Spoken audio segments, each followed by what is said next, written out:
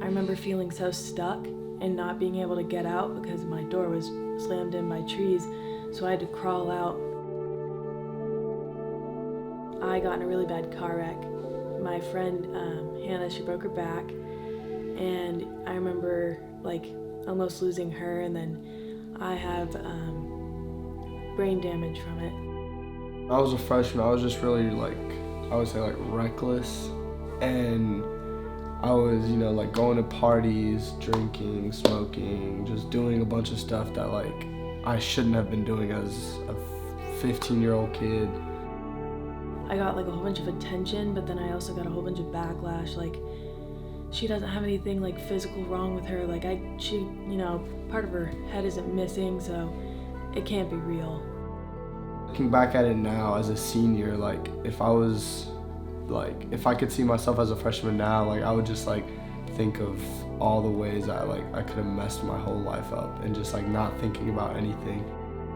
I was in my psychology class, and my teacher played a video of these people texting and driving, and it kind of took me off guard because he didn't tell me there was going to be a wreck in it, but it showed a car wreck, and this girl just threw her hands up in the air, and you could tell she was flipping, and I just everything went black.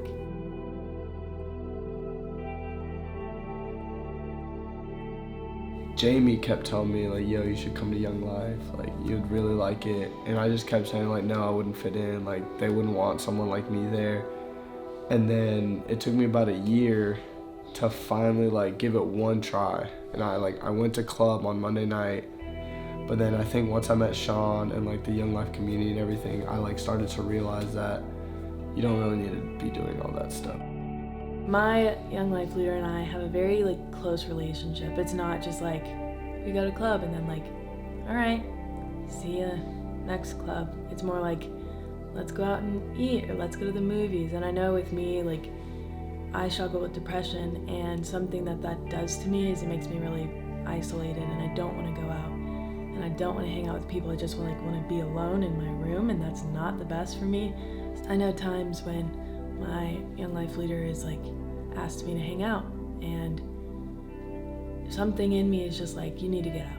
A big effort in hanging out with us, as in it's not just okay, we're gonna hang out at club, I'll see you campaigners. It's the Wednesday morning, waking up at 6 o'clock, going to breakfast, or playing hide and go seek in the mall, going to IKEA, just hanging out, going to eat, just it's not just Young Life. So if your leader makes an effort to hang out with you outside of the Young Life community, then that's when you realize, okay, then it's not just a show.